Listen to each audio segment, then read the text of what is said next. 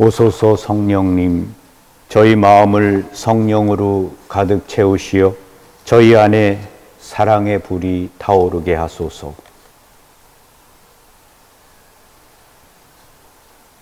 프란치스코 교황님의 성령께 대한 강론 말씀을 읽으면서 교황님의 재미있는 표현에 웃음이 나왔습니다. 성령은 항상 조금은 우리 신앙의 미지의 존재이시지요. 지금도 많은 그리스도인들이 성령이 누구이신지, 성령이 어떤 분이신지 모릅니다. 종종 이런 말을 듣습니다. 난 성부와 성자하고는 잘해 나가고 있어.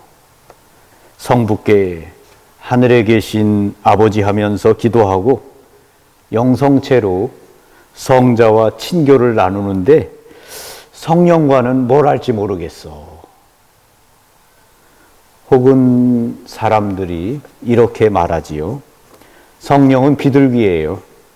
우리에게 7가지 선물을 주시는 분이에요. 가엾은 성령께서는 이렇게 항상 마지막에 오시고 우리 삶에서 좋은 자리를 찾지 못하십니다. 그런데 실은 성령께서 우리 안에서 활발하게 움직이시는 하느님이시고 기억하게 하시고 기억을 일깨우시는 하느님이십니다. 예수님 자신이 성령 강림 전에 사도들에게 이렇게 설명하셨습니다.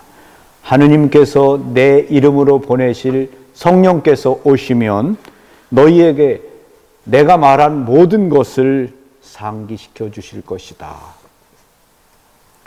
성령께서는 예수님의 말씀을 기억시켜 주시고 그 말씀을 따라 살아가도록 영감을 주시는 분이십니다. 사랑하는 순례자 여러분, 성령은 변화시키시는 분이십니다. 오늘 우리는 성령 강림을 예수 그리스도에게 일어난 사건으로가 아니라 제자들에게, 즉 인간들에게 일어난 사건으로 기념하고 있습니다. 말하자면 우리 자신의 변화를 축하하는 것입니다. 오순절의 성령은 겁에 질린 제자들을 변화시키십니다. 그리고 성령은 서로 알지 못하는 사람들을 하나의 커다란 공동체로 변화시키십니다. 사도행전의 저자 루카는 성령 강림 때의 이러한 변화를 여러 가지 표징으로 묘사하고 있습니다. 그때 갑자기 하늘에서 세찬 바람이 부는 듯한 소리가 나더니 그들이 앉아있는 온 집안을 가득 채웠다. 성령이 폭풍의 형태로 바람의 형상으로 제자들에게 내린 것입니다. 성령 강림절에 우리는 거룩한 숨으로 말미암은, 즉 하느님의 영으로 말미암은 우리 육신과 영혼의 변화를 축하하며 지내는 것입니다. 하느님의 영은 우리의 숨과도 같이 우리와 가까이 계십니다. 모든 것을 걸로 먹고 걸로 마시는 공기청정기, 정수기 시대를 살고 있습니다. 영혼의 건강을 위해서 매우 의식적으로 마음에 들어오는 생각과 느낌과 감정을 성령 필터로 걸러내야 하지 않을까 싶습니다. 잠깐 눈을 감으시고 호흡을 멈추고 하느님의 숨, 하느님의 성령께서 내 몸 구석구석 깊이 퍼져나가며 내 마음에 있는 나쁜 것, 욕심과 욕망의 찌꺼기를 불태우고 씻어내며 깨끗이 정화하신다고 생각해 보십시오. 천천히 숨을 들이마시고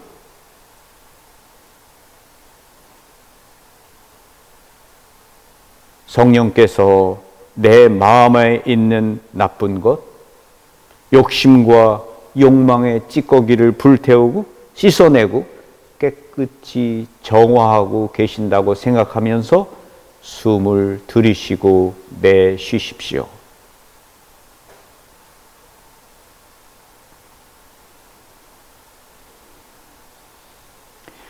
우리는 이제 결코 우리의 숨과 하느님의 숨을 구별할 수가 없습니다.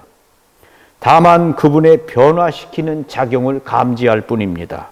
바로 우리의 불안이 신뢰로, 비겁이 용기로, 나약함이 강함으로 변화되는 것을 느낄 수 있습니다. 루카가 성령의 강림으로 변화를 묘사한 둘째 표징은 불입니다. 불같은 혀들이 갈라지면서 그들에게 나타나 각자에게 내려앉았다. 불은 살아있음의 상징입니다. 불같은 눈을 가진 사람의 눈에는 활기가, 생기가 넘쳐납니다.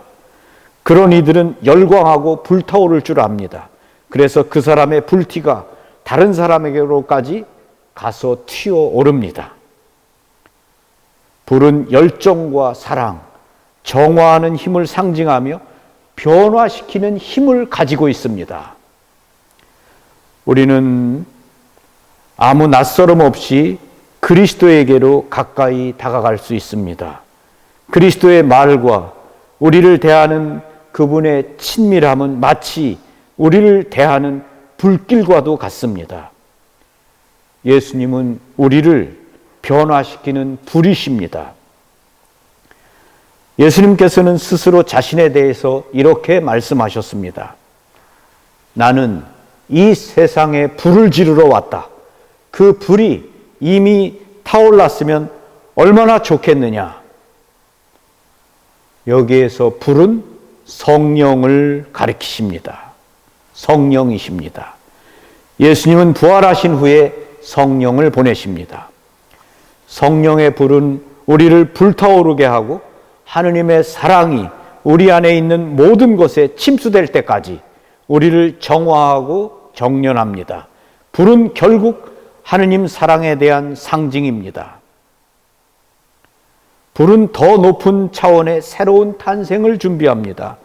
성령은 삶을 방해하는 우리 안의 모든 것들을 태워버립니다. 불평, 불만, 시기, 질투, 분노, 우울함, 열등의식 등 우리 안에 옛것이 다 타버리면 새 삶이 시작되게 됩니다. 성령의 불을 청한다는 것은 우리 안에 사이어진 불씨를 다시 지펴 생명을 깨울 불을 청한다는 것입니다. 성령의 불은 온갖 불순한 것으로부터 우리를 정화하여 하느님의 순수한 사랑을 받을 수 있는 자격을 우리에게 주고자 하십니다. 그래서 성령 강림절에 알렐루야는 이렇게 노래하고 있습니다. 오소서 성령이여 믿는 이들의 마음을 가득 채우시고 그들 안에 사랑의 불을 붙여주소서.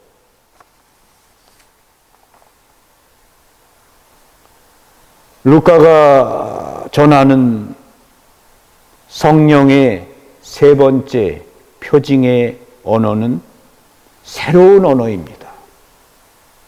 우리를 변화시키는 세 번째 표징은 새로운 언어입니다. 하느님의 영이 제자들의 언어를 변화시키십니다. 그래야 여러 민족 가운데서 모여온 사람들이 그들의 말을 알아듣습니다. 오순절에 성령은 제자들이 그리스도의 순환날에 체험한 바를 말로 뚜렷하게 드러내지 못하고 설명할 수도 없었기 때문에 유다인들에게 입을 다물고 있었던 그 침묵을 변화시키십니다. 성령 강림은 언어의 변화이며 그 언어는 진리 자체를 드러내어 사람들을 서로 진리 안으로 결합시킵니다. 성령 강림은 하느님께서 우리들에게도 현실을 변화시키는 새로운 언어를 선사해 주신다는 약속이십니다. 우리는 말을 신중하고 조심성 있게 다루어야 합니다. 우리의 말로 불행을 자초하는 일이 없도록 말입니다.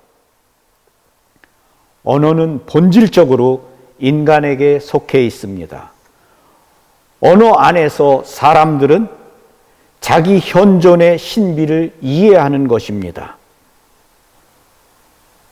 하이테커는 언어를 존재의 집이라고 말하면서 인간은 거듭 언어 안에서 사는 것을 배워야 한다고 주장했습니다. 한 사람이 자기 감정과 자기 내면의 깊은 사상을 스스로 털어놓을 수 있다면 그는 그것으로 온전히 치유될 것입니다. 사람이 세상과 자기 자신에 대해 어떤 체험을 했는지는 근본적으로 그들의 언어에 달려 있습니다. 한 사람의 언어에서 그의 내적 태도를 읽어낼 수 있는 것입니다. 성령으로 충만한 사람은 새로운 말을 찾을 수 있고 사람들 마음에 다가서는 길을 찾습니다. 그것은 차가운 말이 아니라 사람의 마음을 타오르게 하는 불과 같이 뜨거운 말입니다. 뜨거운 마음만이 위대한 일을 이루고 사람들을 감동시키며 움직일 수 있습니다. 사랑하는 교우 여러분, 우리가 성령께 마음을 열면 성령은 우리의 마음을 변화시켜 주시는 분이십니다. 변화의 주인공이신 성령께 마음을 열고 자주 기도하시기를 바랍니다.